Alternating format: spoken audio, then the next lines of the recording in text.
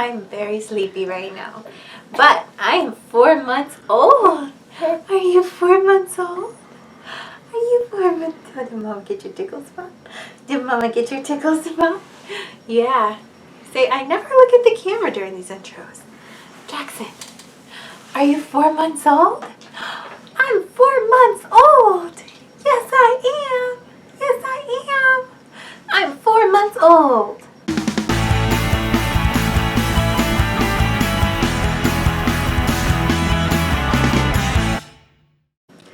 I cannot believe it, but Jackson is 4 months old. This month has kind of been a blur. I feel like I might have said that last month, but some key things that happened is his language picked up even more. He's babbling, laughing, like blah, blah, blah, blah, blah, talking so much, like all the time. He actually wakes up. Sometimes he wakes up crying, but most of the time now I wake up hearing like, blah, blah, blah, blah, blah, blah. Just like, and then a loon. And a loon, if y'all hear us say that in vlogs, is Jackson is like mimics the words we say, and we say balloon a lot because he's still super obsessed with balloons. He still loves doing balloon kicks. He likes shaking balloons with his hands, always supervised, of course, but the kid is so obsessed with balloons, and we're always like, balloon, you want your balloon? You want to do balloon kicks? And so he tries to mimic, and he says a loon. A loon, a loon, a loon. Sometimes in the mornings I wake up and I hear a loon, a loon, a loon. It's so sweet and so cute. But language wise, he just keeps like learning more and more, babbling more and more.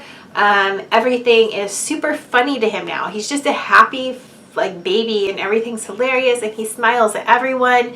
Rarely is he like grouchy or fussy or anything like that, unless his GERD is just on a really terrible day. So speaking of his GERD, he's had more bad days recently than before, and at the 4-month appointment we'll talk about adjusting the medication, but for now it's not anything his doctor was too worried about. She's going to check him out at 4 months, and we'll talk then. But sometimes his GERD causes him to projectile vomit, and he'll have like a day where it's like he projectile vomited like 5 times, and so we're like, oh my god, and then the next day he'll be fine. So it's just like day by day with his GERD, and he's on a prescription medication, and then they have him take like Maalox or Mylanta, either or works.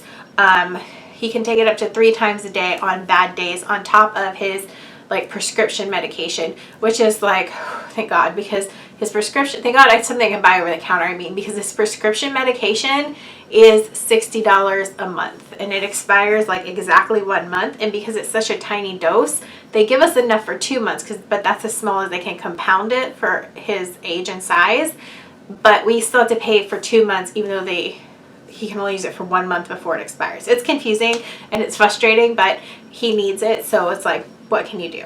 So that's where his GERD is at. Physically, he is grabbing so many things now. He loves playing with things, everything in his mouth. Everything goes in his mouth. He loves sucking and chewing on his fists. He's constantly gagging himself and making himself throw up. And it's just like, because he'll do it and then he'll look at me like, how could you do that to me? Like I did it to him. Just like, you do it to yourself, kiddo. But he's constantly like sticking his fist in his mouth and exploring things and grabbing things, and it's just so cool to see him develop so much. I feel like from my experience, I know that verbally and like his motor skills wise, he's advanced, but I feel like his fine motor skills are a little advanced too. But some of the stuff he does, like his hand-eye coordination, like the way he can grab stuff, I think I talked about before, a balloon, it might have been in the vlog, but like when either at the very end of 2 months or the beginning of 3, a balloon floated by and he looked up at it, like he acknowledged it was there, he was looking at it, he waited for it to get close, and then he grabbed the string and pulled it towards him, which is something usually an older baby would do. So I feel like that's advanced as well, but the pediatrician has only seen like his motor skills like rolling and stuff like that, and holding his head up higher than an average baby when he was 2 months old and stuff like that. So we know that stuff's advanced, and verbally he's advanced.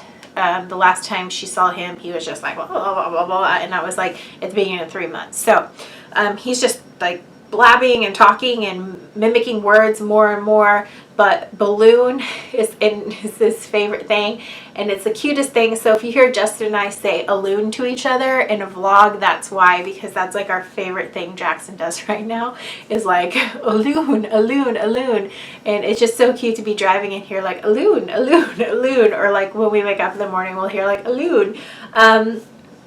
Breastfeeding formula wise, every time, I've had 2 cycles now, and every time I have a cycle, my breast milk dips even more and more, and I can't recover from it no matter how many supplements I take, as in like vitamins and fenugreek and all those, Blessed Thistle, all those different supplements. I've tried several different brands. No matter how much of that I do, in the mornings I have this oatmeal that's basically the same thing in lactation cookies, except I make it a lot stronger than an average lactation cookie. It's basically rolled or steel cut oats. I can't remember, ground flaxseed, brewer's yeast, and what is the other thing? But it's like the main ingredients in lactation cookies that boost the lactation. I make it an oatmeal and eat every single day. And doesn't really help that much. Still doing the pineapple juice, still drinking the tea, doing everything humanly possible. A lot of people, you say you have low milk supply, and here comes all these things. They're like, oh, you tried this, this, this. And it's like, yes, I have literally tried everything humanly possible.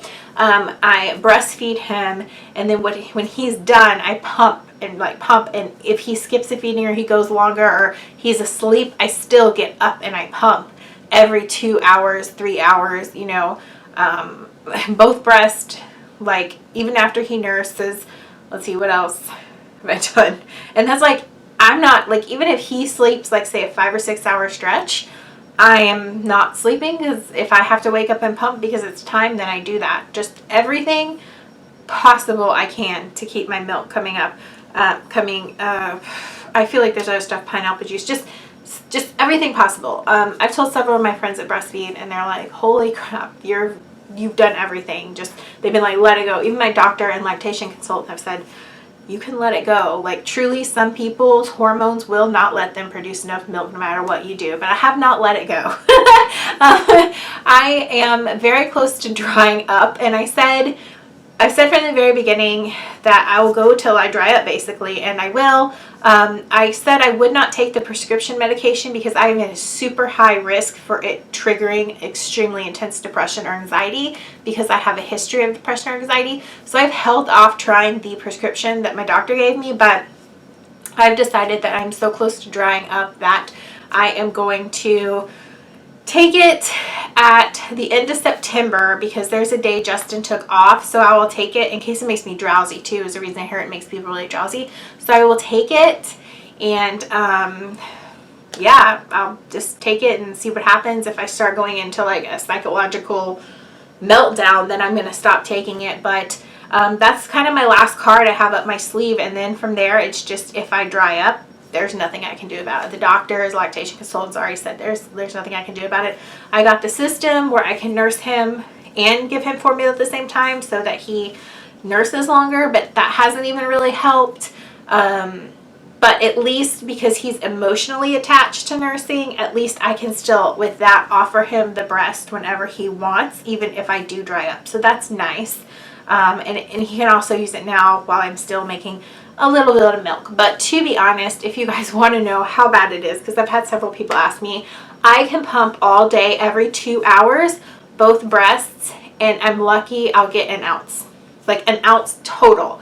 And then when he breastfeeds, he cannot stay on my breast very long. He becomes very, very agitated and frustrated because he's not getting as much milk as he used to. So he gets mad at my breast. It's affecting the breastfeeding too, which is another reason I got the tubal supplement stuff or whatever, which I wish I could have used that from the beginning with low milk supply, but he couldn't latch. It took us a long time working to get him to latch. So it just is what it is. So that's where we're at with breastfeeding. Formula wise, he was eating 4 ounces like every 2 to 3 hours, and now sometimes he'll have days where he wants like formula, but 4 ounces like every hour and a half. And I'm very cautious about bumping it up too much because of his GERD. It's better to give him a lot of little meals than too much at once. But see, like last night he had 8 ounces, I think.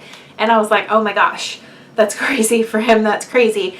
So I just, whatever he needs, I give to him. I feed on demand, whatever he wants, whenever. Yeah. So, development wise, I guess like gross motor skills wise, he has at the very end of 3 months, he started rolling from his back to his front, which our pediatrician told us when he started rolling from his tummy to his back at 2 months early, which was a 4-month milestone. I was like concerned about swaddling, and she said as long as he's not rolling from his tummy to his back, it's fine. I was concerned about swaddling because they had already kind of talked about like babies that are born earlier than 40 weeks. He was born at, like, we made it to 37 weeks. They tend to like to be swaddled longer and than an average baby, and he still likes to be swaddled. Not only likes it but needs it because the reflex or whatever that makes him like, you know, startle in the middle of the night. I think it's like a Moro reflex. I don't know. That is not gone for him. They say it goes away from 4 to 5 months, and it's just not. Like, we've tried, we've worked swaddling arms out, we've done all these things they suggest, like for 2 nights swaddle one arm out, then swaddle the next arm out. It's like, it does not work. He is like crazy. He like kicks his legs up and like just throws his arms around and gets turned all crazy in his bed, and it doesn't work. So she said, oh, don't worry, because babies don't do that, the back to tummy, till 5 to 6 months. Not Jackson. There was one vlog where I showed you guys where he had started rolling on his side. He had been doing that for about 2 weeks, like rolling to his side, but then it got more and more, you could tell he was trying to roll over, and then he finally started doing it. I haven't vlogged it yet because he likes doing it when we're not in the room, or I turn my back. So I'll put him on his back and I'll like put his clothes away, or I'll go get something out of the laundry, and I'll come back and he's on his stomach like, hi, you know, and it's just like, why can't you do this in front of mommy? I refuse to write it in his baby book until I get to see him do it. I know that sounds so crazy, but I'm like, I might as well just set up a hidden camera, because it's like he's doing it now, but he's like, I don't want to do it in front of you or daddy. So yeah, he is rolling. Before 4 months, he started rolling from his back to his front.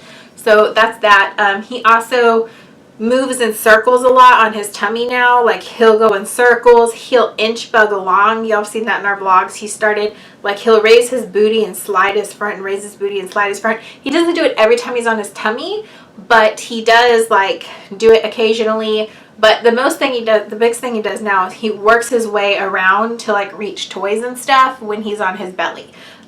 So another thing that I noticed before he started rolling started trying to roll from his back to his front was all of a sudden he stopped wanting to roll from his tummy to his back, which he was doing all the time. It's like all of a sudden it's like, no, he just laid there and cried. And I told my friend Susan about that. I was like, I don't know what's going on. He just stopped. And her son Beckett has always done things super early too. And she said every time Beckett was about to have a big development, he would stop doing something like that. So before he rolled that way, he stopped rolling the other way. And we had just been talking about that, and the next day he did it where you could tell he was truly like, he wasn't just rolling on his side and rolling back. He was truly working at rolling on his stomach. And then that night, the next day, I think it was, he finally did it. He finally rolled. So if you notice your baby stops doing some major developmental thing they do, it might be because they're about to start doing another one. So that was interesting. Jackson likes doing all kinds of things. He still loves reading. He loves doing, like, when I make sensory bags, or he loves water play. He loves swimming. Oh my gosh, we start swim lessons next month, but he loves getting in he loved getting in my dad's pool. And ever since he got my dad's pool for the second time, he loves getting in our big tub, and just, you guys have seen the videos, he loves kicking and swimming and laughing, and he just loves water. So I'm so excited to see him in the pool at his swim lessons, because he loves it. He absolutely loves water, and he gets so pissed off now when we get out of the big tub. I don't bathe him in there every single day, because it's like this whole process. I have to get in there with him. I make sure the tub's really clean before. I'm just like super crazy like that. But when he gets in his littler tub now, which he still fits in just fine, he tries to swim in it and just water everywhere. So on the weekends, we try to let him take baths in the big tub when Justin's here to help me. Obviously, I wouldn't get in the big tub without Justin there for it to like hand him to me and like stuff like that. So but during the weekends we do that. He loves it. He loves water play during tummy time, and yeah, we just do all kinds of fun activities during the day. I can't think of anything else. I feel like there's more, but I can't think of it. Sleep wise, he got to a point where he was sleeping, he'd sleep like 2 5-hour stretches. So he'd sleep 5 hours, wake up for a bottle, sleep more. But then towards the end of 3 months, he started, I don't know if he was doing the 4-month sleep regression early or what, because last night we had a decent night. We only woke up twice, but for a while, for like 5 days, he started waking up every hour and a half to 2 hours. And he didn't always want to eat. Sometimes he just wanted to nurse for a second. Sometimes he just wanted to be held and comforted. And I don't know. So the past 2 nights have not been so bad. Last night with that, like, he had 8 ounces and he slept like 7 hours, but it was like earlier in the night until like 4 or something in the morning. So I don't know. His sleep is just all over the place. And I don't believe in sleep training. I don't judge you if you do it. I don't think anything of it if anyone does it. It's just not something that's right for our family. If it's right for your family, that's fine, whatever. It's not something that I feel is right for our family. If you have a child in a licensed daycare, as in like not like a home daycare, I mean those can be licensed too, but any kind of school setting, the baby room, the babies are never put on a schedule. They are feed on demand, sleep on when they want, and it's just kind of because like the first year that believe the babies should do what they'll do what's best for them. If they need to sleep at that time, they will. If they need to wake up a few times, they need to. And that's just truly what I believe for babies. So that's why we don't really believe in sleep training. I'm not really interested in it. It gets so annoying when people are like, well, do you have him on a schedule? Are you sleep training him? Blah, blah. It's like, it's none of your fucking business what I do with my baby. It's just like, you know, if you want to sleep train your baby, great. That's fantastic. If that's what's right for your family, then do it, you know, that's fine. But it's not what's right for our family. And I don't understand why people want to push a schedule on us, because it's like, this isn't your life. Like, you're not waking up with him a million times a night. I am. It's my decision. It's my life. It's none of your business what I do with my child. And I feel that he needs nurturing. It's not biologically normal for a baby to sleep through the night unless they just happen to be a baby that sleeps all the time. Sleep training is forcing the baby into that pattern, and it's just not something I believe in. I won't get into statistics and stuff because, again, it's not my business what someone chooses to do with their baby. It's just why we choose not to. And it's so annoying when people are like, you need to sleep train. You need to put your baby on a schedule. It's like, what the hell? Are you babysitting my baby? Do you have any part of my baby's day? No, so shut up. It's none of your business what I do with my baby. I'll do what I want. So I just don't understand that. So that's that. Okay. So that is his 4-month update that I can think of. I'm sorry if I missed it. I'm sure I missed stuff, but I've got so many videos to film today. I just want to knock this out really quick. I'm trying to think, did I miss anything? Anyway, I think that's everything I could possibly cover right now. I will be doing a, like, faves video, like his favorite thing video. That's what I'm not going to talk about in this one, for like 3 to 4 months, if that makes sense. So towards the end of 4 months, I'll do that video. Yeah, one other thing. Developmental wise, he got like a neck control and head control and stuff like that super early. Everyone was like super surprised at how well he held his head up, like at the end of 2 months. And now he likes to sit up, or he likes to stand. Like, he likes you to hold him while he stands, but he likes to sit up, and he can sit in front of me and sit there, and I can be like this, and he won't fall. Not that I'm gonna like be like, oh, you sit on your own. And I'm not saying he sits on his own. He gets a little back support from me, of course. I wouldn't just like, you know, here, you know, he's not there yet, but you can see him sitting up and doing so well with it that he can sit in front of me or in my lap, and I can just have my hands right there to catch him just in case. So that is one thing that he's getting really, really good at. I don't know if he'll sit up early or not. Like, every baby's different. Some babies do everything early. Some do some things early, you know, whatever, but he is really enjoying, he likes sitting up now. He does not like people to hold him like a baby. He likes to look around. He can, like, you can hold him over your shoulder so he can see everything, but he can't stand when people try to hold him like a baby like this anymore. Like, he does not like that. Unless he's sleeping, he is like, why are you holding me like this? I'm a big boy. So anyways, okay, I think I covered everything. If I didn't, you guys will see it in our daily vlogs. I'm sorry, my brain is just I had a million videos to film today, and this month it just flew by. So I will see you guys in our next video. Bye.